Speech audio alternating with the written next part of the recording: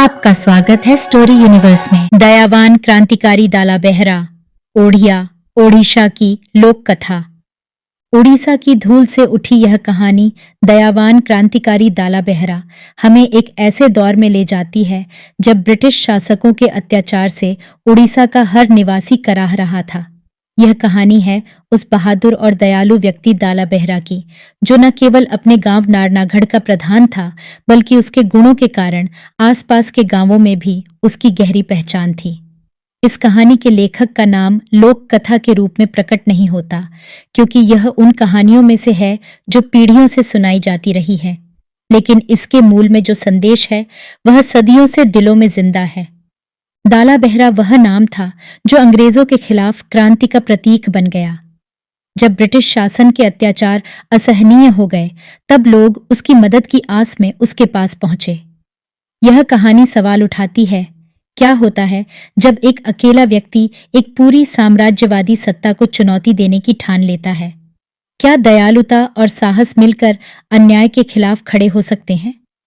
दाला बेहरा का साहस और उनकी उदारता ने उन्हें एक ऐसा नायक बना दिया जो लोगों के दिलों में बस गया। अंग्रेजों से लोहा लेने की उसकी तैयारी और उसके द्वारा दी गई प्रेरणा ने हजारों युवाओं को साथ ला खड़ा किया। परंतु जब सारे साथी क्रांतिकारी मारे गए और वह अकेला बचा, तो क्या हुआ उस क्रांतिकारी का जिसने अपने लोगों के लिए अपनी जान की बाजी लगा दी? यह कहानी दाला बेहरा के उस अद्वितीय बलिदान को भी उजागर करती है, जब उसने एक अजनबी की मदद के लिए अपनी आजादी तक को त्याग दिया।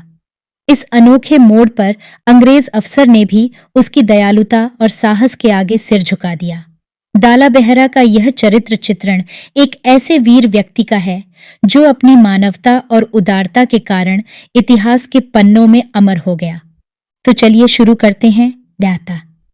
आज से लगभग 200 वर्ष पहले अंग्रेजों की गुलामी झेल रहे उड़ीसा वासियों पर खूब अत्याचार हो रहे थे। सदियों से जिन प्राकृतिक संसाधनों से लोग अपना जीवन चला रहे थे, वे अब ब्रिटिश शासकों द्वारा नियंत्रण में लिए जा चुके थे। अपनी ही भूमि पर खेती करने के लिए लोगों को कर चुकाना पड़ता था। यहाँ तक कि ये लोग जंगल से लकड़ी भी नहीं काट सकते थे। अपनी पैदावार का एक बड़ा हिस्सा अंग्रेजों को दिए बिना वे इसे बेच नहीं सकते थे। उनके कठोर नियम लोगों पर बलपूर्वक थोपे जाते थे।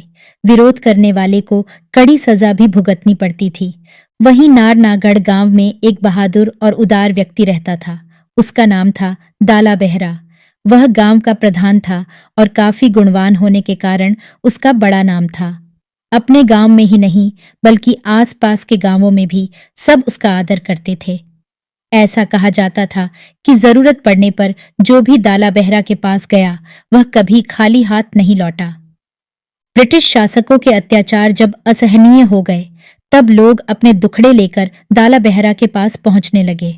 दाला बेहरा, अब आप ही उद्धार करो, हम और नहीं झेल सकते। लगता है कि अपने खेतों में हम कमर तोड़ परिश्रम अपने और अपने परिवार के लिए नहीं, बल्कि उस निर्दयी सरकार के लिए कर रहे हैं। लोग गुहार लगाने लगे। दाला बेहरा को आए दिन ऐसी कहानियां सुनने को मिलती, और फिर उसने सोच लिया, कुछ तो करना ही पड़ेगा। उसने अपने आदमियों को आसपास के गांवों में यह संदेश भेजने का आदेश दिया कि सभी युवा कल शाम नारनागढ़ के चौक में इकट्ठे हों। अगले दिन हजारों की संख्या में युवा चौक में जमा हो गए। युवकों का जोश देखकर दाला बेहरा खुश था। वह बोला, हम में इतना जज्बा है कि हम क्रूर अंग्रेजों से टक्कर ले सकें। सबसे पहले हमें उन्हें सरकार बोलना बंद करना होगा। हमारे केवल एक ही सरकार है, और वे हैं स्वयं भगवान जगन्नाथ। अंग्रेज हमारी भूमि पर व्यापारी बनकर आए थे। हमारे विशाल हृदय और सीधेपन का लाभ उठाकर वे हमारे राजा बन बैठे। लेकिन दाला बेहरा, ये तो बताओ कि हम उनसे कैसे लड़ सकते हैं? उनके पास इतनी बड़ी सेना और तोपखाने हैं। वहीं खड़े युवक ने पूछा। बिल्कुल सही कहा, उनके पास सब कुछ है, पर हमारे पास भी उनसे लड़ने की इच्छा शक्ति और दृढ़ विश्वास है। उनके गुलाम बनकर रहने से तो सिर उठाकर मिली मौत कहीं अच्छी होगी। क्या आप मेरा साथ दोगे? जवाब दीजिए, उसने पूछा। हाँ, हम तैयार हैं, सब ने हुंकार भरी। वहां उपस्थित युवाओं में से कई तो पूर्व राजा के सैनिक रह चुके थे। उन्हें पाइकास कहा जाता था।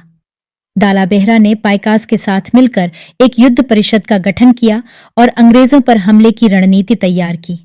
शुरुआत में कुछ लड़ाइयां शेरदिल दाला बेहरा और उसके योद्धाओं ने जीती।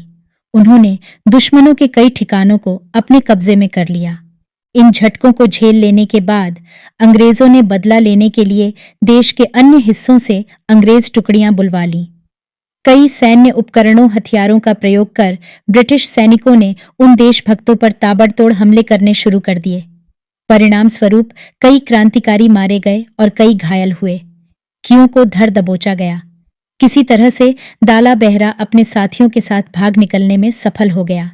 छिपकर भी उसने अंग्रेजों के विरुद्ध षड्यंत्र रचने जारी रखे। पकड़े गए सैनिकों को अंग्रेजों ने या तो फांसी पर लटका दिया या फिर जेलों में भरकर क्रूर यातनाएं देते रहे। क्रांतिकारियों के विद्रोह का करारा जवाब देने के लिए अंग्रेजों की टुकड़ी के प्रमुख अफसर को किसी भी कीमत पर दाला बेहरा का सिर चाहिए था, परंतु साथी क्रांतिकारियों के मुंह से वह दाला बेहरा का पता ठिकाना नहीं निकलवा सका। आखिरकार अंग्रेज अफसर ने दाला बेहरा को जीवित या मृत पकड़वाने वाले को 1000 रुपए का पुरस्कार देने की घोषणा की। इस बीच दाला बेहरा के सभी साथी मारे जा चुके थे। वह अकेला जंगलों में भूखा प्यासा छिपता फिर रहा था। दाला बेहरा आजाद था, लेकिन अंग्रेजों से आजादी पाने का उसका सपना अब टूट चुका था। एक दिन दाला बेहरा जंगल में भटक रहा था। तभी उसकी नजर वहां से गुजर रहे एक व्यक्ति पर पड़ी। दाला बेहरा तुरंत अपने बचाव के लिए तैयार हो गया, लेकिन बाद में उसने देखा कि वह व्यक्ति काफी परेशान लग रहा था। दाला बेहरा ने उसका रास्ता रोक दिया। उसे देखते ही व्यक्ति ने पूछा, अरे भाई, नारनागढ़ कौन सा रास्ता जाता है? कौन रहता है तुम्हारा वहां? दाला बेहरा ने पूछा। कोई नहीं, मैं दाला बेहरा से मिलने जा रहा हूं, व्यक्ति ने जवाब दिया। अपने सामने खड़े दाला बेहरा को वह पहचान न सका था। उसके बाल बढ़े हुए थे, दाढ़ी बिखरी हुई थी और कपड़े फटे पड़े थे। क्रांतिकारी बन चुका दाला बेहरा अब बिल्कुल भी पहचान में नहीं आता था। क्या करोगे उससे मिलकर? दाला बेहरा ने पूछा। मेरा नाम जगत पांडा है, मैं गंजम का रहने वाला हूं। गांव छोड़कर मैं कहीं और रहने जा रहा था। मेरे परिवार वाले मुझसे पहले ही जा चुके हैं। नाव में घर का सामान रखवाकर मैं अपनी मंजिल की तरफ जा रहा था कि नाव उलट गई और सारा सामान नदी में बह गया। मेरे पास सिर्फ यही कपड़े रह गए हैं जो मैंने पहने हुए हैं। मेरा इतना बड़ा परिवार है, अब उसका क्या होगा? लेकिन ये बताओ कि इसमें दाला बेहरा क्या करेगा? जगत हैरानी से बोला, लगता है तुम जानते नहीं। सुना है कि वह बड़ा महान है, उसके सामने फरियाद करने वाले की मदद जरूर की जाती है। जगत का दुख और श्रद्धा को देखकर दाला बेहरा भाव विभोर हो उठा। वह मन ही मन सोचने लगा, अरे भाई, काश तुम्हें पता होता कि जिस दाला बेहरा के पास तुम सहायता के लिए जा रहे हो, आज वह स्वयं भूखों मर रहा है। वह किसी की क्या मदद करेगा? चुप्पी तोड़कर दाला बेहरा जगत से बोला, मैं उसे जानता हूं, चलो मैं तुम्हें उसके पास ले चलता हूं। आजकल वह खुर्दा में रहता है। दाला बेहरा जगत को सीधे ब्रिटिश अफसर के पास लेकर पहुंच गया। वह खुर्दा की छावनी में रह रहा था। अफसर दाला बेहरा को पहचान न सका और बोला, कौन हो तुम और यहां क्यों आए हो?